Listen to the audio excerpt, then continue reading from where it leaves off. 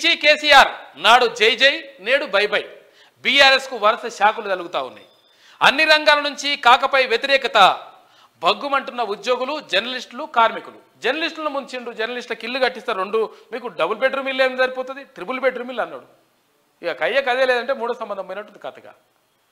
అడా జర్నలిస్టులకు రెండో డబుల్ బెడ్రూమ్ ఇల్లు అని నాయన డబుల్ బెడ్రూమ్ ఇల్లు పక్కకు పెట్టేసి కనీసం జాగాలన్నీ ఇల్లు కన్నా కట్టుకుంటామంటే జాగాలు లేవు, మన్ను లేదు, మసాడలు లేదు.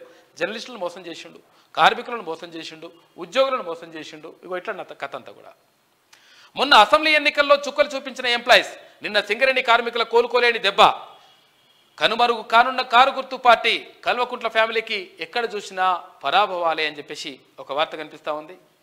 ఇన్నాళ్ళు నెత్తిన పెట్టుకున్న చేతులే ఇప్పుడు నేలకేసి కొడుతున్నాయి.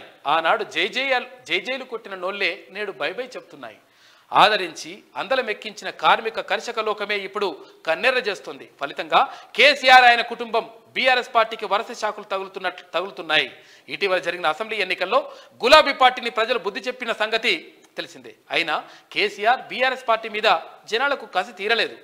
కేసీఆర్ పేరు చెబితే చిదరించుకుంటున్నారు. కారు పార్టీ, దాని అనుబంధ సంఘాలు, సంస్థలు దేన్ని నామరూపాలు లేకుండా చేయాలనే కంకణం కట్టుకుంటున్నట్లు కనబడుతుంది.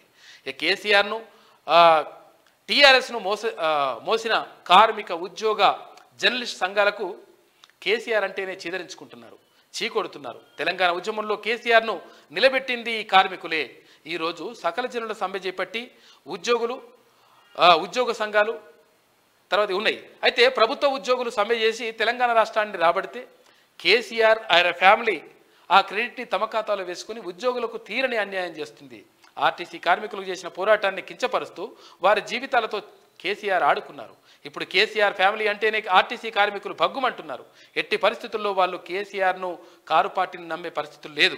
తాజాగా జరిగిన సింగరేణి ఎన్నికల్లో టీఆర్ఎస్ అనుబంధ సంఘమైన టీజీబీకేఎస్ను సింగరేణి కార్మికులు నేలకేసి కొట్టారు. దారుణాతి దారుణంగా ఓడగొట్టారు. ఎక్కడ 50 ఓట్లు కూడా రాలేదు. కవిత అక్కడ గౌరవ అధ్యక్షురాలుగా ఉన్నా గులాబీ పార్టీని కార్మికులు నమ్మలేదు. కసితీరా ఆ పార్టీని ఓడించారు. చూడు ఇట్లుండే కథ.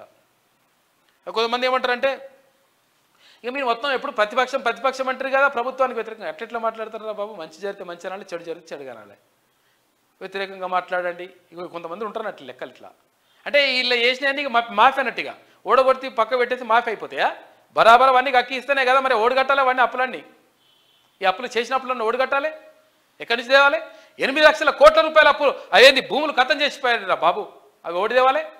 ఇష్టం వచ్చినట్టుగా దోచుకొని ధరణి పేరుతోటి అది పేరుతోటి ఇష్టం వచ్చినట్టుగా మొత్తం అహంకారంతో విర్రవీగిపోయినారు.